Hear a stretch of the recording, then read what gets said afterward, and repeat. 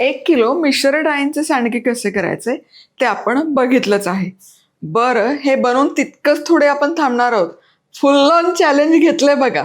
365 दिवस 365 भाज्यांचे प्रकार तुमच्याकरता करणार आहेत आणि हे ऋतू वाईज असणार आहे.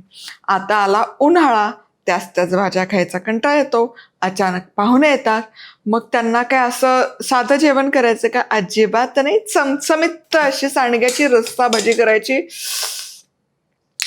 काय लागते तुम्हाला सांगते.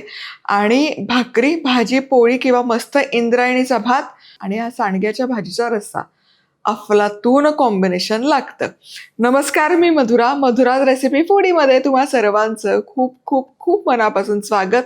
आता रोज उठून भाजीला काय करायचं हा प्रश्न तर मिटलेला आहे, कारण 1 नाही, 2 नाही, 3 नाही, 4 नाही, 365 दिवसांची सिरीज घेऊन आलेली आहे भाज्यांची. त्यामुळे अजिबात तक्रार चालणार नाही. सांडग्याची रस्सा भाजी करूयात. कुकरच्या 1 शिट्टीत तयार होते. बऱ्याच आपल्या आहे ना मैत्रिणींची तक्रार असते की सांडगा काही पटकन शिजत नाही, म्हणून आपण कुकरमध्ये करणार आहोत. न कुठलं वाटण करणार आहोत, न कुठलं घाटण करणार आहोत, तरी अतिशय रसरशीत, चमचमीत, चवदार होणार याची खात्री मी तुम्हाला देते. तर सगळ्यात आधी साहित्य काय काय घेतलं ते बघूयात. 2 कांदे बारीक चिरून, 1 टोमॅटो बारीक चिरून, कढीपत्ता, धनेपूड, चवीपुरतं मीठ, अर्धा चमचा जिरं, 7-8 लसूण पाकळ्या बारीक चिरून, कोथिंबीर. यासोबतच आपला मधुराज रेसिपीचा संडे मसाला, बॅडगी मिरची पावडर, थोडा गोडा मसाला. हे मसाले मधुराजरेसिपीक्लब.com वरून तुम्ही खरेदी करू शकता. सांडग्याची भाजी करताना आहे ना, मग तुम्ही ती सुक्की करा, रस्सा भाजी करा, सगळ्यात पहिले आणि महत्त्वाचं आहे सांडगे तळून घ्यायचे. तर कुकरमध्ये 3 टेबलस्पून तेल गरम केलं, यामध्ये सांडगे घालूयात. अर्धा कप इथे मी फक्त सांडगे घेते. या भाजीची खासियत म्हणजे तुम्हाला सांगते, ही भाजी आहे ना छान अशी पुरून येते, पुरून उरते. आणि खरपूस असे तळून घ्या सांडगे. बघा, लगोलग तळून होतात, लगोलग याचा रंग बदलतो. तळलेले सांडगे पण खायला खूप आवडतात आमच्याकडे. तळलेले सांडगे, त्याबरोबर थोडेसे तळलेले शेंगदाणे आणि थोडासा लसूण, असं त्यावर थोडा चाट मसाला वगैरे. माझ्या वडिलांना हे खूप आवडतं, म्हणजे स्नॅक म्हणून पण ते खाऊ शकतात. चला, आता हे तळून झालेले सांडगे काढूयात. आणि याच्याबरोबर ज्वारीच्या बिबड्या वगैरे ना, असं एक इव्हनिंग टाईम स्नॅक म्हणून आमच्याकडे आवडतं खायला.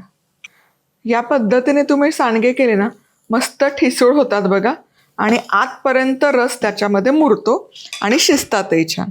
आता यामध्ये जिरं मस्त फुललं की लसूण बारीक चिरलेला, कढीपत्ता चांगलं परतून घ्यायचं. लसणाच्या फोडणीचा सुवास, आहा, बहारदार. लसूण, कढीपत्ता म्हणजे अर्धा गड तुम्ही तिथे जिंकलेला असतो जेव्हा फोडणी खमंग बसते. चला, लसूण हलकासा बदामी झाला की यामध्ये बारीक चिरलेला कांद्यावर थोडंसं मीठ, म्हणजे त्यातलं पाणी निघतं आणि कांदा पटकन शिजतो. कांदा देखील बदामी रंगावर छान परतून घेऊया. कांदा मस्त परतून झाला, छान असा मऊ शिजला पाहिजे, म्हणजे आपला रस्सा एकसंध व्हायला मदत होते. आता यामध्ये टोमॅटो बारीक चिरलेलं हे मिसळून घ्यायचं. टोमॅटो चांगलं आहे ना कांद्यासोबत परतून घ्यायचं. एक 3-4 मिनिटं तरी परतून घ्यायचं. कच्चं नाही राहिलं पाहिजे, छान मऊ एकजीव कांद्यासोबत हे झालं पाहिजे. चला, टोमॅटो छान परतून झालं. आता आपले मधुराज रेसिपीचे मसाले घालायचे. सगळ्यात आधी संडे मसाला, 1 चमचा संडे मसाला, अर्धा चमचा गोडा मसाला. असं वेगवेगळ्या मसाल्यांचं कॉम्बिनेशन केलं ना की भाजीची चव कमाल होते बघा. 1 चमचा बॅडगी मिरची. आता हे मसाले आहेत ना फक्त असे मिसळून घ्यायचे. वा. तर यामध्ये धणेपूड, मीठ, कोथिंबीर ही देखील मिसळून घेऊया. कोथिंबीरचा स्वाद आहे ना असं मसाल्यात छान उतरतो. त्यामुळे मी जरा मसाला परतत असताना थोडी कोथिंबीरही घालून घेते. हा हा हा, काय कमाल सुवास दरवळतोय आणि रंग तर इतका मस्त आलाय तुम्हाला सांगते. आता या मसाल्यामध्ये हे तळलेले सांडगे घालूयात. मस्त दिसतोय की नाही मसाला, न वाटण न घाटण. मिसळायचं, एकजीव करायचं. वा. आणि आता हे गरम गरम आहे प्रकरण, म्हणून यामध्ये गरम गरमच पाणी घाल. आणि आपल्याला मस्त अशी रसरशीत सांडग्याची भाजी करायची, रस्सा भाजी, म्हणून थोडंसं पाणी जास्त. सांडग्यांची मजा तुम्हाला सांगते. सांडग्यामध्ये डाळी असतात, पिष्टमयी असतात की नाही डाळी, त्यामुळे जसं जसं वेळ जातो तसतसं ते पाणी शोषून घेतात. त्यामुळे रस्सा हवा असेल तर पाणी जरा जास्त टाका, म्हणजे रसरशीत अशी सांडग्याची भाजी होते. आता बघा इथे अजून भाजी शिजवली पण नाहीये, तरी बघा रंग कमाला आलाय, तर्री भन्नाट आलीये आणि काय दिसतंय. वा वा वा.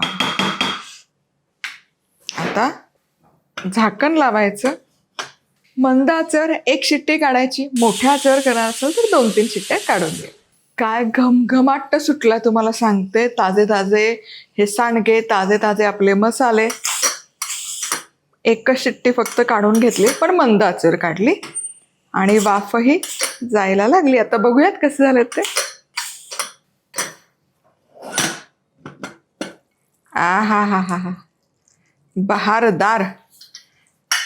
क्या बात आहे. थोडी कोथिंबीर घालते लगोलग. वा.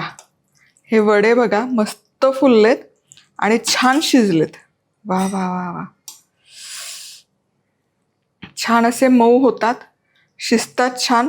आणि भाजी बघा, न कुठलं वाटण आहे, न कुठलं घाटण आहे, तरी कमाल रसरशीत झाली आहे आणि त्याला एकसंधपणा पण मस्त आलाय.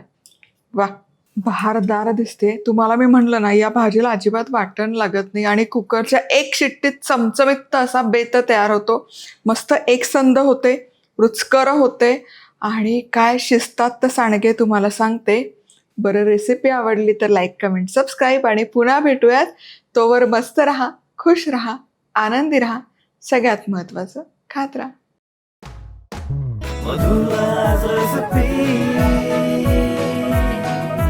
मधुराज रेसिपी, महाराष्ट्राची अस्सल चव.